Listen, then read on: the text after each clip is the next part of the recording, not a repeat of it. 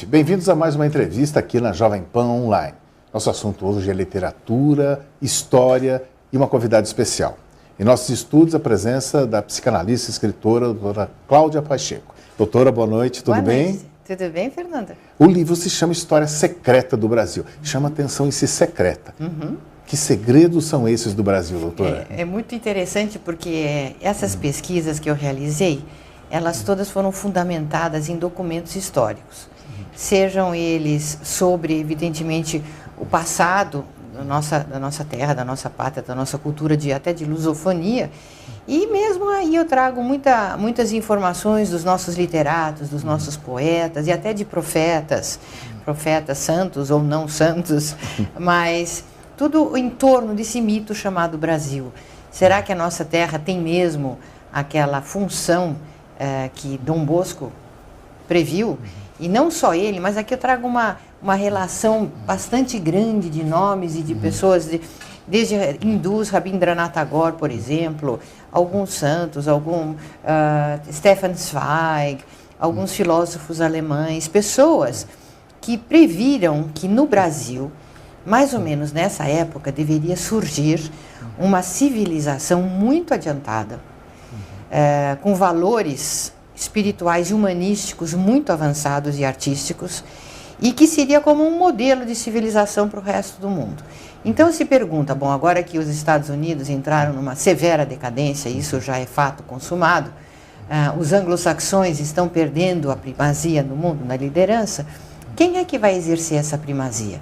Será que essa liderança vai ser exercida por outra potência econômica? Ou será que vai ser, como eles preveem, uma civilização de valores humanos, de sabedoria, de ética, de estética, de espiritualidade, principalmente tolerância racial, religiosa, democracia, né? Uma civilização áurea, que todas as nações parecem estar esperando por isso. Perfeito. Mas, doutora, tem muita gente aqui mesmo, brasileiro, que parece que olha com certa, meio de enviesado para o Brasil. O povo daqui é todo assim, o Brasil não vai para frente. O dramaturgo Nelson Rodrigues usava até uma expressão, né? A partir da derrota do Brasil em 1950, na Copa do Mundo, que foi um desastre nacional, que o Brasil tinha um complexo de vira-lata. E isso só foi superado, segundo o Nelson Rodrigues, quando venceu, em 58. Sim. Ainda permanece gente assim que vê o Brasil dessa forma? Muito. O brasileiro tem uma baixíssima autoestima, isso é herança dos portugueses. É herança? Herança dos portugueses, mas isso também tem uma história psicogenética. Assim, como assim? Que Portugal, Portugal foi o primeiro Estado europeu a ser formado, né? Ele foi formado por aquele famoso São Bernardo, lá no século XII, e que colocou lá um primo dele, Afonso Henriques, para ser o primeiro rei templário. Eram os fundadores da Ordem Templária. Então foi o primeiro Estado europeu e eles tiveram então uma função. E essa função não se ensina nas escolas. E o que aconteceu de lá para cá também não é ensinado nas escolas. É documentado em museus, em livrarias. Eu fiz muita pesquisa quando vivi lá na Europa por uns 13 anos, trabalhando lá, pesquisei.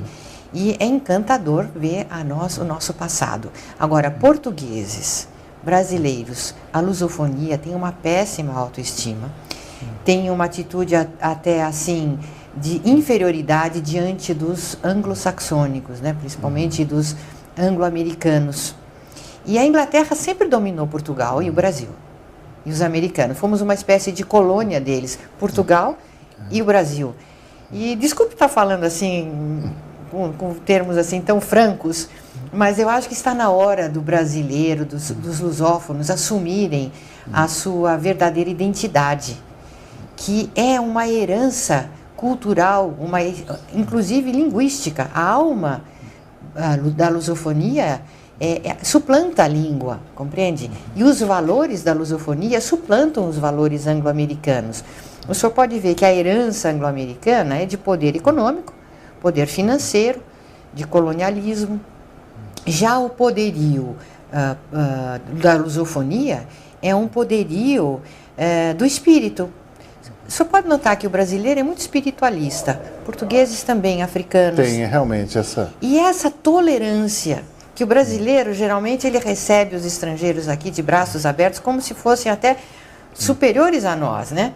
Então, esse espírito de tolerância racial e de abertura, de democracia mesmo que nós temos, isso indica um estágio avançado na escala de humanidade. Esse império que eles dizem, até o Quinto Império, como chamam em Portugal, Agostinho da Silva, Fernando Pessoa, Camões, Vieira, todos eles estudaram o Quinto Império. Aqui eu descrevo o que é esse Quinto Império, o que é a alma do Quinto Império. Então, agora nós estamos entrando no terceiro milênio. Todo mundo esperava que no terceiro milênio viesse uma grande novidade, né? Uma mudança para melhor da humanidade. Criava-se sempre aquela aura. Uma aura, não é isso? Então, mas o senhor sabe que esse terceiro milênio, por essa herança cultural, filosófica, artística, literária, até mesmo psicogenética, como eu disse ao senhor, e vou voltar a esse assunto um pouquinho, se tivermos tempo. Claro. Isso tudo traz para o Brasil e para a América Latina uma finalidade, uma função de alto nível, de altíssimo nível, para uma civilização de espiritualidade, de superioridade em sabedoria, tá? Então agora nós temos que começar a estudar a verdadeira história do Brasil, que é a secreta, que os bancos escolares não contam, porque a maioria dos livros adotados aqui, a educação veio da onde, né? Veio do nosso primo lá de cima. Doutora Cláudia, qual a mais remota informação ou dado que a senhora recolheu sobre o Brasil? Sim. Uma coisa que eu acho muito interessante é que nós aqui brasileiros, o senhor deve ver que todo mundo aqui tem um nome de cristão novo, né? Carvalho, Vieira, Rocha, até Pacheco. São pessoas que, como que o Brasil ele é coalhado de cristãos novos, que foram os judeus que se converteram ao cristianismo para poderem se integrar aqui, né, na nossa civilização e lá mesmo em Portugal. E esses judeus, eles eram das diásporas, das migrações da tribo de Judá. A tribo de Judá é a coisa mais antiga que a gente pode chegar, junto com os fenícios, o rei Salomão e os fenícios, que já estiveram no Brasil. Aqui eu faço alguns relatos de antropologistas e pesquisadores históricos que veem já indícios fortíssimos da vinda de fenícios e de judeus aqui. Então, essa migração judaica, trazendo essa cultura judaica para o Brasil, de uma forma bastante preponderante, fez com que o Brasil se tornasse um país muito espiritualizado. Perfeito. A Pedra da Gávea que o diga, né? Porque aquelas inscrições que existem lá no Rio tem toda a razão. São de origem fenícia. Pernambuco tem muitas cavernas com inscrições fenícias. E os fenícios, eles vinham para o Brasil junto com Salomão, traziam os judeus nas suas embarcações e daqui levavam ouro, macacos, palmeiras, pedras preciosas, que iam adornar o Templo de Salomão, o famosíssimo Templo de Salomão, que continha já então, naquela época, os mapas das embarcações que vinham para cá. Esses mapas, na época dos Templários, foram resgatados pelos Templários, levados para Paris e para onde em seguida? Portugal, aonde foi fundado um Estado para um dia descobrir o Brasil e vir aqui realizar no Brasil algo muito especial que Cristóvão Colombo, Vieira, os jesuítas, todos esses já tinham na cabeça. Nada é por acaso, doutora Pacheco? Nada. Não? Um projeto para o Brasil, inclusive certas configurações especiais, esotéricas, energéticas. São Paulo tem uma função preponderante quando a Anchieta veio para cá. Nóbrega, eles sabiam bem onde eles queriam ir e sabiam o que ia sair daqui, essa coisa incrível, esse fenômeno energético que é São Paulo hoje em dia, né? E que daqui, de São Paulo, iria sair muita cultura, muito exemplo de vida, muita sabedoria para o mundo. Está tudo aí nesse livro. Nesse nosso Planalto. Nesse nosso Planalto. A senhora falou da questão da psicogenese, aquela... Psicogenética, isso. Exatamente Como a senhora poderia detalhar esse aspecto Tá. aí das suas pesquisas? Sim, hoje em dia, pela ciência, porque o senhor sabe, eu sou psicanalista e uma das áreas de meu estudo é a psicossomática e a psicogenética, a psicoenergética. Meu pai era médico e todo minha paixão é nessa área, né? Então, o que a gente vê na genética hoje em dia, já se sabe, que a influência do ambiente na genética, ela não é só física, assim, dos 5 sentidos, ou coisas de forma de cabelo, tamanho. Não, é a personalidade, são os valores. Muitas vezes um neto, um bisneto vai sair com um gene que veio lá do avô, do tataravô, né? E essa psicogenética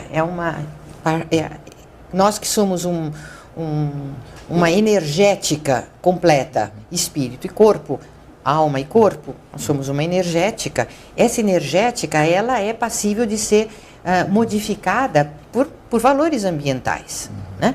Isso vem nos nossos genes. Então, os valores que vieram desses ancestrais ibéricos, que já traziam das migrações judaicas, isso está na nossa genética. Então, valores que a tribo de Judá tinha no tempo de Salomão, 2.500 anos antes de Cristo, nós temos até hoje nos nossos genes. Por isso que o brasileiro, como canta o nosso querido Chico Buarque de Holanda, em Fado Tropical, que ele fala que se a pessoa, que o guerreiro português, se ele não tomar a espada rapidamente, de repente ele já se arrepende porque o coração chora. E essa bondade que existe no espírito lusófono, essa humildade, é algo de extrema importância, extremo valor para a nova civilização. Porque os arrogantes são os mais doentes. Isso na psiquiatria já é estudado desde Kretschmer, Keller, lá nos antigos germânicos psiquiatras.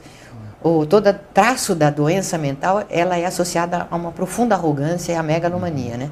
Então, os povos do primeiro mundo, que são muito arrogantes, ou os dirigentes, os milionários, enfim, o poder do primeiro mundo, que massacra a América Latina, esses arrogantes, eles têm a tendência de uma decadência muito breve, que já está acontecendo. O senhor já está acompanhando, claro, o que acontece na Europa, nos Estados Unidos. E o Brasil aqui, a gente no nosso trabalhinho, dia a dia, na nossa humildade, a gente está levando esse gigante para frente. A crise de 2008, a crise financeira, cobra o preço até agora lá para a Europa e Estados Unidos. Né? Exatamente. Então, o senhor pode ver que nós aqui no nosso país, a nossa riqueza, riqueza de bens minerais, de agropecuária, tudo isso, nós alimentamos praticamente uma boa parte do mundo. Agora, o nosso aspecto assim, de criatividade na arte também é incrível, né? Eu queria lembrar que Oswaldo de Andrade, ele também era pró-Brasil, e marido da Tarsila do Amaral, que é prima minha. Ah, prima? Sim. Interessante. Tarsila era minha prima. E, então, nós temos, assim, uma herança de cultura e de uma certa superioridade de conduta que diante do mundo não é visto assim. O brasileiro, ele é humilde. Ele é humilde como a tribo de Judá era humilde. O senhor sabia que Israel, lá, aquelas outras tribos, sempre humilhavam? Isso não está no Antigo Testamento. Que a tribo de Judá, o pessoal de Judá, ia ser sempre humilhado. Muito tempo. Até que um dia mostrasse para o mundo que tinha mais sabedoria do que as outras nações, e iria dar o exemplo de sabedoria, né? Perfeito. Então, eu acho que o brasileiro precisa... Estamos me prolongando muito? Não, está ótimo. É só para concluir, então, Isso. a senhora, em relação ao Brasil, otimismo, acha Sim. que em breve terá um realce muito maior no cenário mundial? Eu acho que sim, mas o brasileiro precisa conhecer, se conscientizar dessa missão, do seu valor, e não vai ser uma coisa de milagre. Isso eu acho meio difícil. Certo. Vai ser na raça, no trabalho, na dignidade,